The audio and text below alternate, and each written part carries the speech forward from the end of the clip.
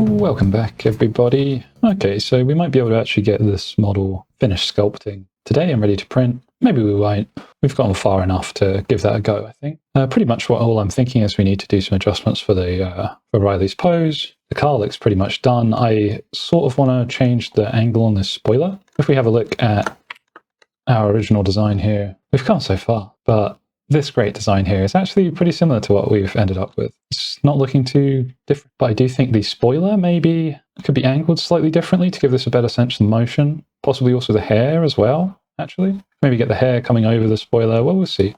What I'm currently thinking is just a simple tweak, like something like this. Maybe not quite that angle. Maybe it starts flat and comes that way. I don't really like this downward angle though, even though I think I did that because of that's the way a spoiler actually looks. But, you know, you can only be so authentic when you're making a dragon dragster wheelchair. I feel like there's just hundreds of authentic dragon dragster wheelchairs out there. We want to be a bit adventurous. What is Riley's hair going to do though? Flow over the top, or it could curve kind of to the side so that you can see a little bit more of it from the front. That might look good. I also need to sense check some of the sort of positioning here because Riley is going to be a single piece or possibly a couple pieces, but they'll be separate from the actual car. So I need to think of a way that they fit in.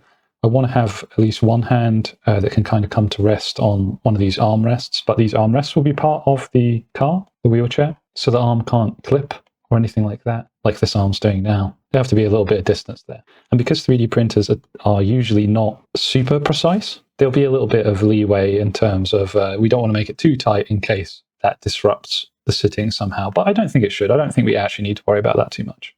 We can always just ball this out of that arm and leave a chunk, but we don't really want it clipping anyway. That's hard metal. It's not supposed to clip. With the skin, it doesn't matter so much because, you know, skin is kind of pliant, you know, changes its shape. It's not rigid. This shoulder is going to need to come up a bit, and this arm is just generally in the wrong place as well. We can maybe join the lance to the body. The other side of clipping is it's quite a good way of actually, you know, making sure pieces will stay together, especially long pieces like this. So adding as many points where things are just touching means there's a little bit of sort of natural support for it. And then if we want to, we can ball that out of the car so it fits in nicely. But ideally, you know, we need this to not be happening, for example. So it's going to take a little bit of messing about. First, I'd quite like to get Riley's pose completely sorted so we know where they're going and then we can adjust things around them. This laid back position maybe needs a little bit of tweaking. And I have run into an issue. I knew something had happened with the rigging. It never goes right all in one go. And this is a new one that I haven't really seen before. So I don't know if you can see,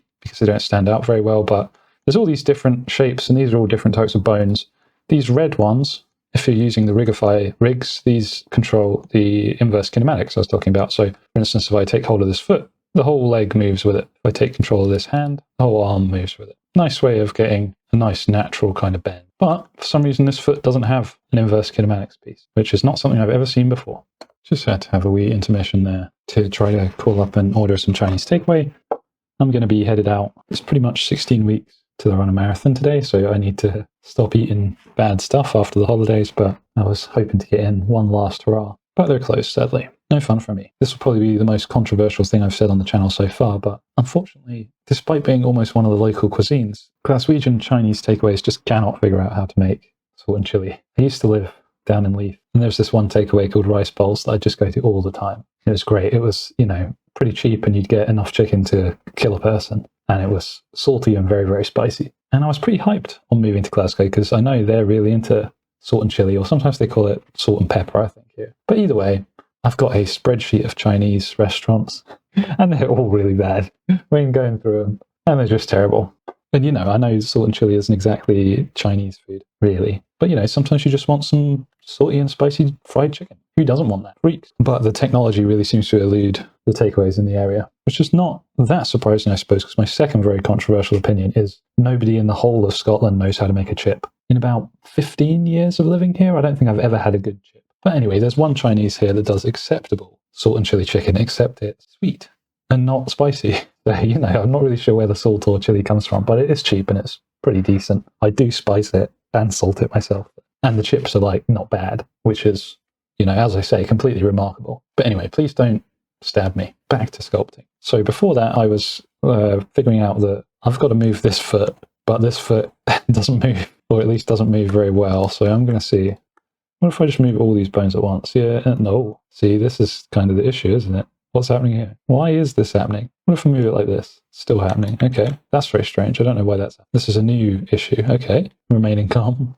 What I want is for this knee to come up a bit. I actually also want... This is all getting a bit squashed in the middle here, isn't it? That's not very natural. So I think what I want is to move this pelvis out a bit. Actually, yeah, that is kind of moving the knee the way I want as well. I want this to come in. But I don't know, there's something about the pose that's lost that way, I feel like. It doesn't quite look as relaxed. Well, it's not too bad now that I've moved that leg. Because the other way is that the foot's planted on the seat like this. Or the leg, you know, comes up and crosses over. Not like that, though. Really not sure what is going on with some of these bones. I could re-rig the whole thing, but I'm not going to. I'm just going to suffer. Because, yeah, that's sort of the other possibility. Do the sort of cross-legged kind of relax. Which is not bad, but obscures a lot of the armour and detail, so... I don't think I'm going to do that. I like the way it looks, but I don't want to lose all my armor. I'd also open up the hip if I can figure out how. Be one of these many thingies to click on. This, maybe? Yeah, and that would come up kind of resting like that. Excuse me while I try this position out in real life to find out if you can actually sit this way without pulling my microphone off my lapel. Sort of, is the answer. A couple of other things I could do. So you could cross under. Blender, please just rotate one way. This is the other thing I don't really get about Blender. Sometimes you just won't rotate in one of the directions. I don't think it's a constraint thing, it's just a Blender thing. Could also have the other sort of toes on like that. I do actually quite like that as well, but it doesn't make sense for jousting. As much as this doesn't make sense already for jousting, be in the way of the shield. It's a shame, I do quite like it. Just put off the edge, real lazy. Kind of like that as well, but not really what I'm going for. And as well as not having any IK thing on his foot, he doesn't have it on his blimmin' leg either. He doesn't have these. What has happened there? Who knows? Maybe some eagle-eyed viewer could slow down my very rapid-fire rigging from the last video and figure out what on earth has happened here, because that doesn't make any sense to me. But now I can't turn the hip, I can just make it into a noodle. See, he doesn't have this either, whatever that does. I don't know what that does. Like I say, rigging never goes right the first time. There's always something wrong with it. Do you want to get that shoulder up? Let's just get that arm out of the way of the leg. It's not a million miles away from what I want. I don't have to do everything with posing. I can just do some manual moving and sculpting at the end. It's going a bit weird. What if the crotch plate went away? Doesn't really make a huge amount of sense to have it, considering you're going to be sitting in a chair. But maybe there's just something about it that makes Riley feel confident. I don't know. Nice to have the protection. I do want a bit of a bend in the leg. Somehow clipping back into there. It's the one thing we didn't want to happen. I blame everybody but me.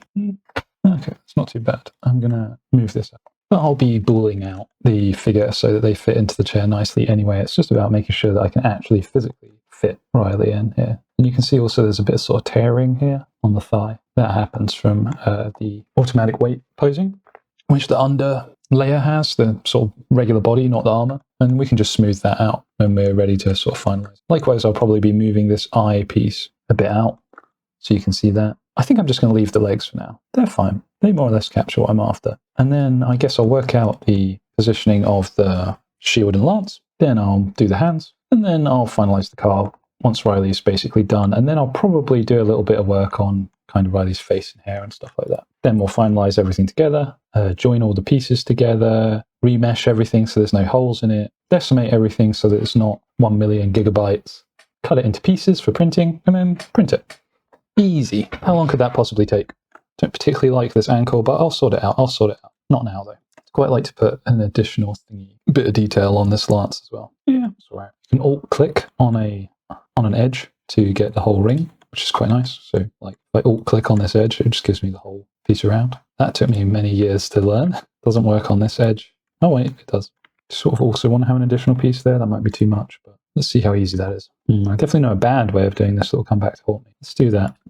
The people demand high stakes sculpting. Oh, this is a bad way. So we come out here, but as you can see, we've still got all this geometry inside. So that's going to mess everything up at some point. Why do it like that then? Well, sometimes you just want to live on the wild side. It might be okay depending on the angle, and hopefully once we remesh it, it'll get rid of all the issues that I've just caused myself for no reason. You might be able to hear my dog snoring in the background. Oh no, I woke him up. Oh no, I didn't. Sounds like he's laughing to himself. It's very good. I'm just going to keep the lance like that for now, before I do any more damage to it. Okay, so let's think about this in terms of what needs to be done.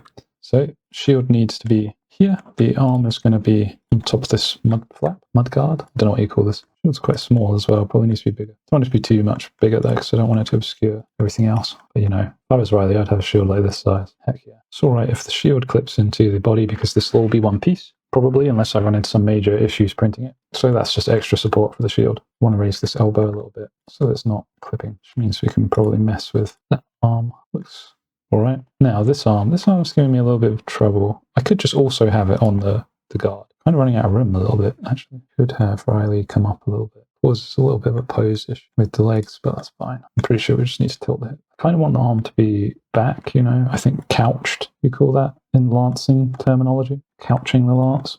Should be something like that, but there's definitely not room for that. Just figure this out. Okay, so in order to have that work, I would basically need the body to be moved all the way over to the side like that. Even then, we don't have a whole lot of space. Doesn't look too bad, though.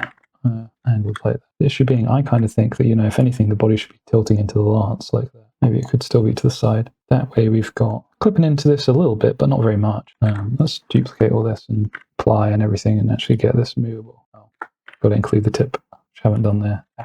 Active object is not a mesh. What is it then? A hamburger? This also sort of needs a back piece. Well, we'll see how that goes. Very much clipping it into the side of the leg here in what is basically, I think, kind of the appropriate lancing pose. Now, an eagle-eyed viewer might say, should your lance not be longer than the actual thing you're riding? Shut up. Maybe I'll make it longer.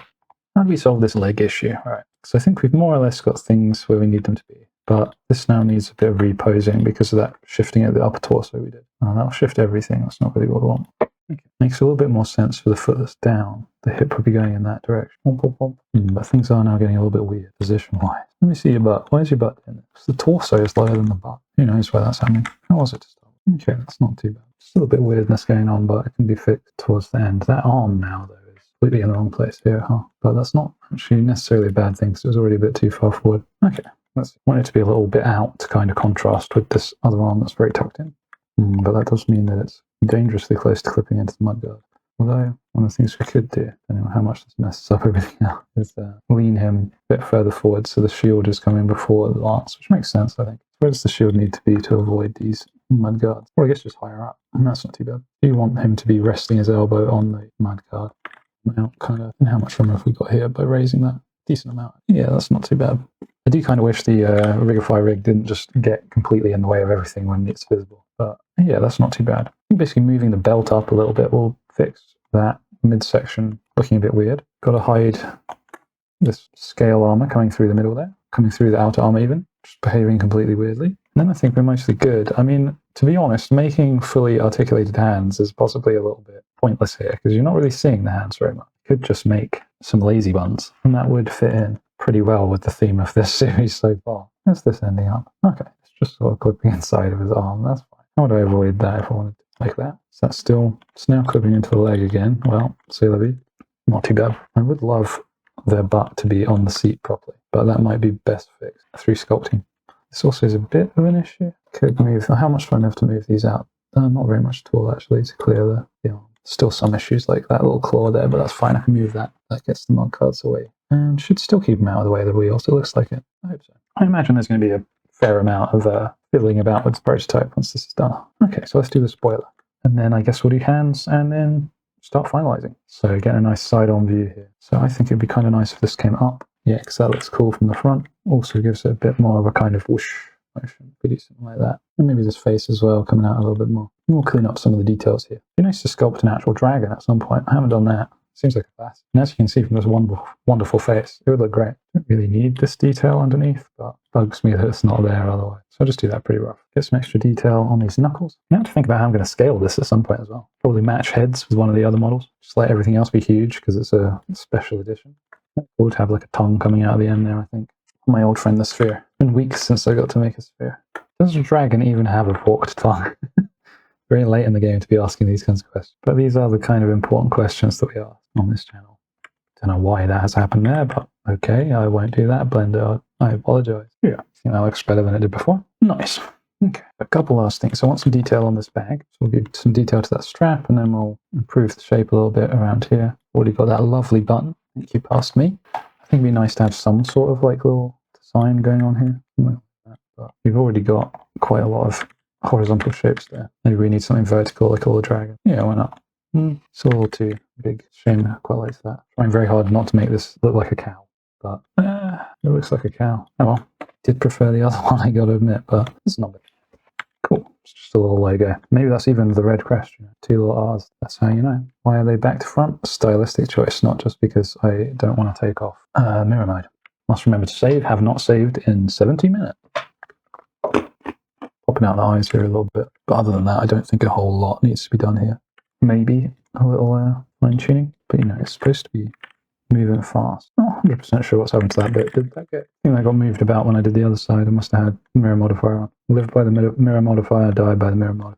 Those are very thin though, so I'm going to bulk them out a little bit. Hopefully just from that side. Thank you. So they're a little bit more substantial once they're printed out. Otherwise they'll just snap off instantly. Oh yeah, that's not touch. Glad I found that out now. To some extent, a thicker bottom, thinner top makes sense for fire. Let's just thicken all that out from below. And then I can maybe add in some variable thickness along the flame. Make it a little bit more dynamic and also give it some structure. You need to keep it away from the wheels, however. So, yeah. Oh well, it's good to get all this stuff done before it's printed, rather than realize after you've printed it. Right, this butt is vexing me still. Gonna need to fix that. Put it on the list. Butt, hands. Hands first, then butt. I think for both of them, we essentially just need a fist, which is why I think it might just be easier to do this the lazy way. Get a sort of hand shape. Delete those old hands, hope that doesn't wreck everything. So far, so good. Probably the stage at which I sort of forget everything about sculpting anything, but especially hands. Okay, so the thumb is sort of around here. Let's just wing it. Okay, let's do it. Be legends. So yeah, the thumb comes down like that from sort of here-ish, and then the fingers like starting to now think it might actually be easier to do this in a more complicated way. Change of plans after some posing, like in real life, not this guy. Fingers are more slanted diagonally, and the thumb changes place. Thumb actually comes out in front, top of that finger, and this whole thing more angled, and also this pokes through. So I used to do hands, and I gotta say, this is a nightmare. Just rig them instead. Looks okay there. Considering this is gonna be like this size, that's legible as a hand, I believe. Just gotta define the thumb a little bit more. There should be some of the shaft poking through there. The handle.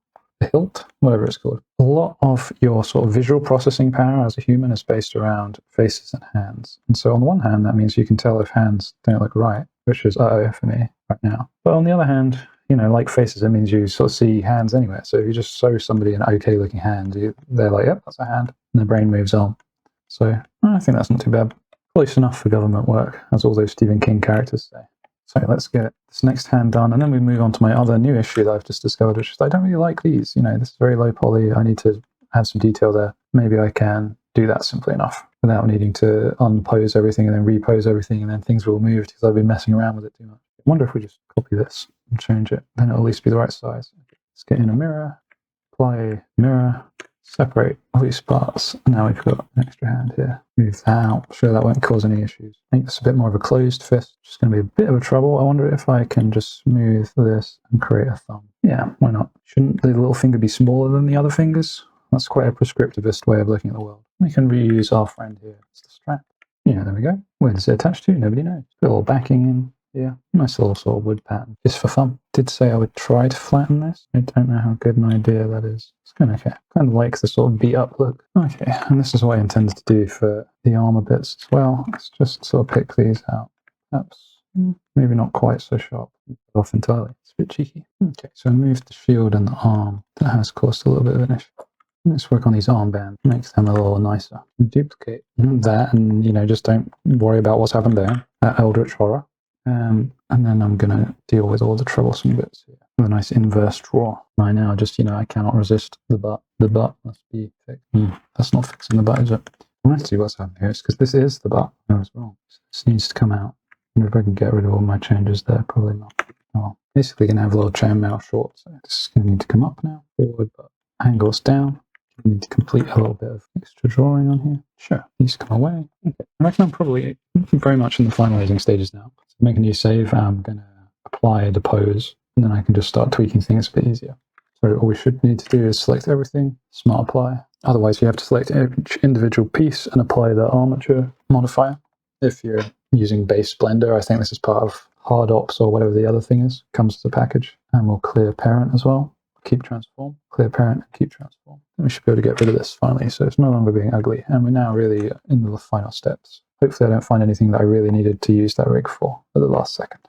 But now we can basically start using elastic grab in order to pose things. And it means we can go back to using din topo again without it messing everything up. Because if you try to din topo something that's rigged, it doesn't like it because you're creating new geometry that hasn't been rigged. Doesn't mind you sculpting rigged things as long as you don't create any new geometry, but if you do, all hell breaks loose. Well, it just doesn't matter. You can hide a lot of my butt problems by using these, actually. These little shields, thigh shields. And we can start smoothing out these little bits. That can also help create a little bit more muscle definition on some of these areas. Building some more of this chainmail pattern. Doing the chainmail skirt, short things. Okay, chainmail butt nicely achieved. And I want to sort these out because I really like them.